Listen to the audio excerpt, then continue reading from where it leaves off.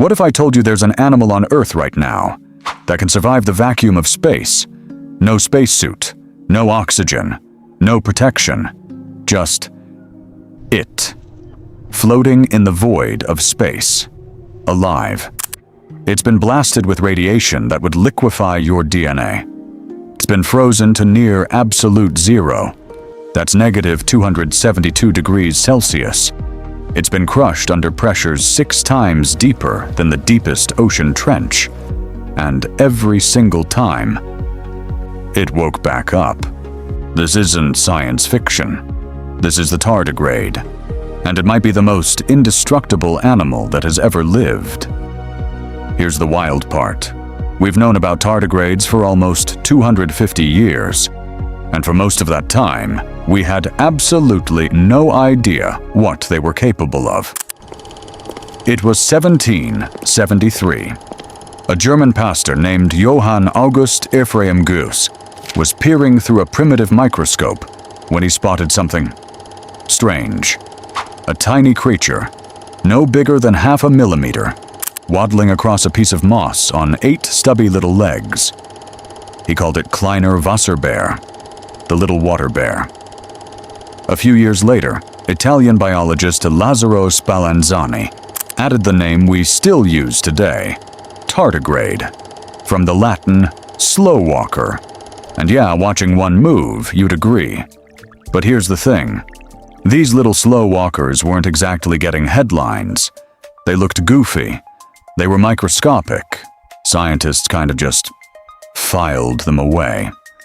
Until 1948. That's when researchers noticed something bizarre.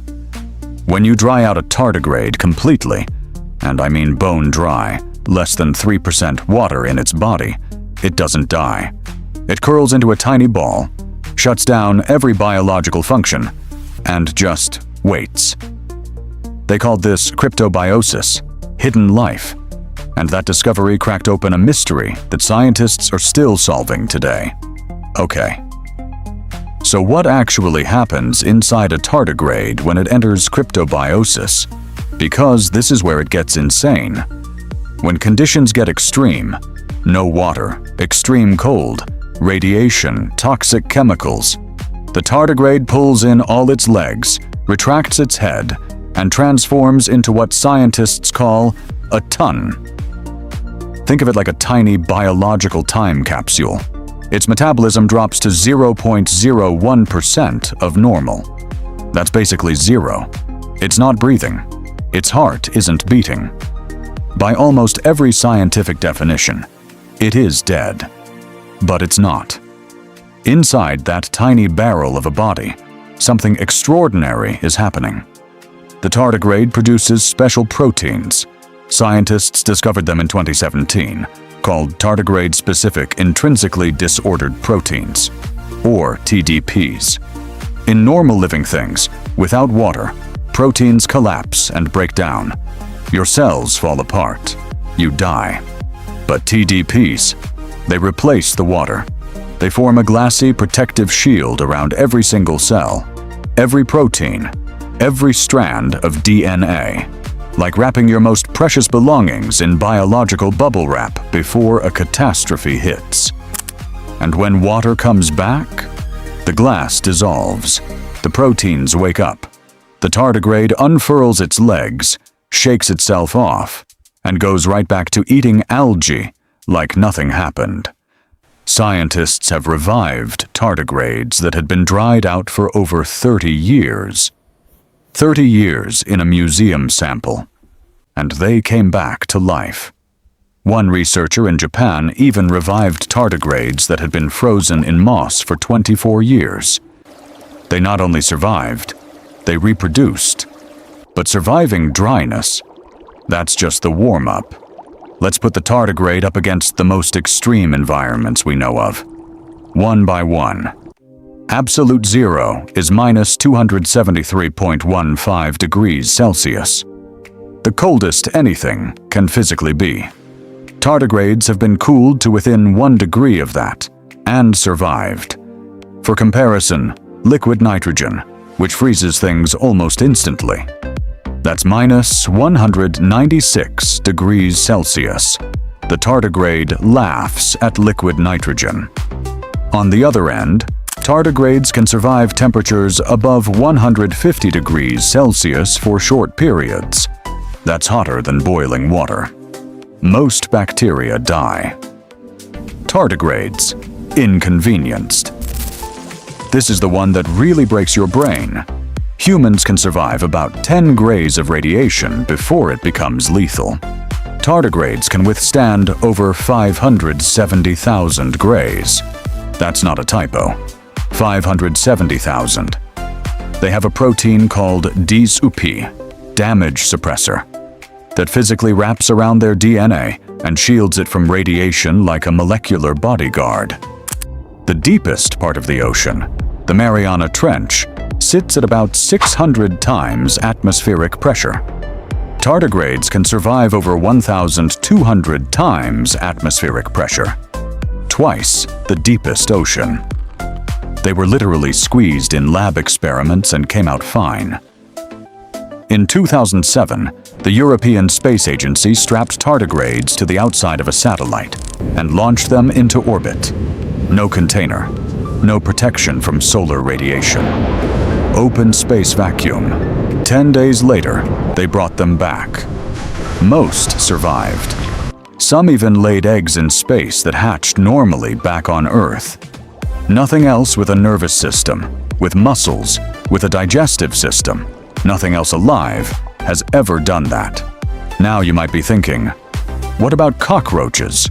Or those bacteria that live in volcanoes? Great question. Let's compare. Cockroaches can survive about 10 times the radiation a human can. Impressive? Sure. The tardigrade survives 57,000 times more than a human. Cockroach isn't even in the conversation. Extremophile bacteria, like Deinococcus radiodurans, the most radiation-resistant bacterium we know, can handle around 30,000 grays of radiation. Tardigrades still win. And unlike bacteria, tardigrades are animals. They have organs, a brain, a nervous system, muscles. The next closest multicellular organism that comes close? Bedelloid rotifers, microscopic animals that can survive radiation and dehydration. Still nowhere near tardigrade level. The tardigrade isn't just the toughest animal on Earth. It may be the toughest animal in the known universe. So why does any of this matter, beyond being absolutely wild? Because scientists are now trying to steal the tardigrade's secrets, and what they're finding could change medicine, space travel, and even how we preserve life forever. Vaccines need to be kept cold. The cold chain. Break it, and vaccines go bad. Millions of doses are wasted every year in parts of the world that can't maintain refrigeration. Researchers are now engineering the tardigrade's TDP proteins into vaccines so they can be dried into a powder and stored at room temperature for years. No cold chain, no waste, potentially millions of lives saved. The DSUP protein that shields tardigrade DNA from radiation. Scientists at the University of Tokyo inserted it into human cells. Those human cells then showed 40% less DNA damage when exposed to X-rays. 40%. That's enormous. Future cancer therapy patients, astronauts on long missions to Mars, nuclear first responders. This one protein could protect them all. Right now, a donated heart has about 4 to 6 hours before it becomes unusable.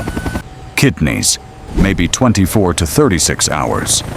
The TDP protein approach could allow organs to be preserved in a dry state for dramatically longer periods, potentially saving tens of thousands of lives a year from transplant wait lists. TDP transfer. It is holding perfectly! Here's the big one. If humans ever want to travel to another star system, we're talking centuries of travel time. We would need some form of suspended animation. Scientists are looking at tardigrade cryptobiosis as a blueprint. Could we learn to put a human into a ton-like state? Controversial, but no longer purely science fiction. Here's the thing that keeps scientists up at night. Tardigrades are on every continent, every ocean, every mountain peak, every backyard. There are an estimated 1 million tardigrades in a single square meter of rainforest. They've been found at the top of the Himalayas, in hot springs, in Antarctic ice, in your roof gutter. They were here before the dinosaurs. They survived every mass extinction we know of.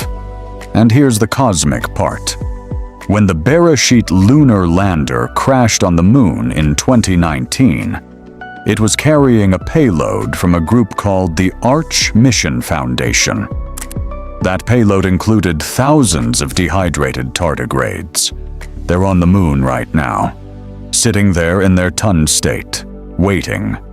And according to scientists, they could potentially be revived if someone ever went back and retrieved them with water. We sent an indestructible animal to space, not on purpose, and it's just there, patient, waiting. The tardigrade doesn't care about the vacuum of space. It doesn't care about radiation or cold or pressure or time. It's been doing this for 500 million years.